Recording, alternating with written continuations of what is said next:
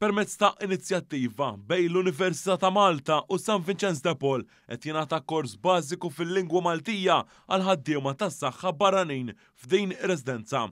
Dan il-kors li beda madwar ġimgħa ilu bħalissa qed jagħmluh 30 infermier u 30 carer u fix-xhur li ġejjin dawn mistennija jiżdiedu. Il-kors se jdum madwar xahar u nofs u lezzjonijiet se jingħataw fil-post fejn jaħdmu stess. Dwar dan il-kors kellimna mal-kap eżekuttiv ta' Residenza San Vincenz de Paul, Jorgen Sunes, li qal li ma' dan il-kors tal-lingwa Maltija daqs se jiżdied ukoll ieħor dwar il-kultura ta' pajjiżna.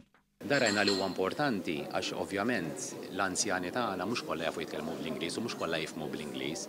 Rajna d-domanda tagħhom rajna x'inhi u għedna li jekk inżidu dal-kors tal-Malti, il-carer kapaċi jifhem jekk pazjenti kellmu bil-Malti, speċjalment jgħidu għandi l-ġuħ jew għajma, dan ikun jista' jifhem il-pazjent x'irid. F'konferenza l-aħbarijiet il-Ministru għas-Saħħa u l-Anzjanità Attiva Ġewwa Jenabela saħaq li dan il-kors se jtejjeb il-kura tal-pazjenti.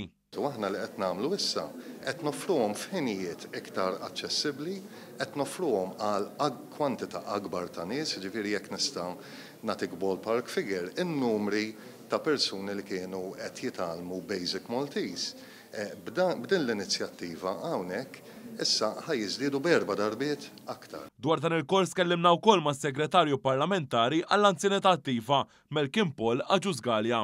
Fil-maġġoranza tal-anzjani ħafna drabi jużaw il-Malti u allura ħossuhom iktar komdi, però fl-iktar ħaġa importanti hija s-sigurtà.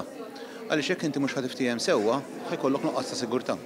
U aħna l-inkwiet tagħna jkun is-sigurtà ovvjament s'intendi. U allura dan il-kors huwa importanti immens. Ħalli jkollok komunikazzjoni tajba u l-bażi ta' kollox imbagħad dik ħażżid is-sigurtà fil-kura tagħhom.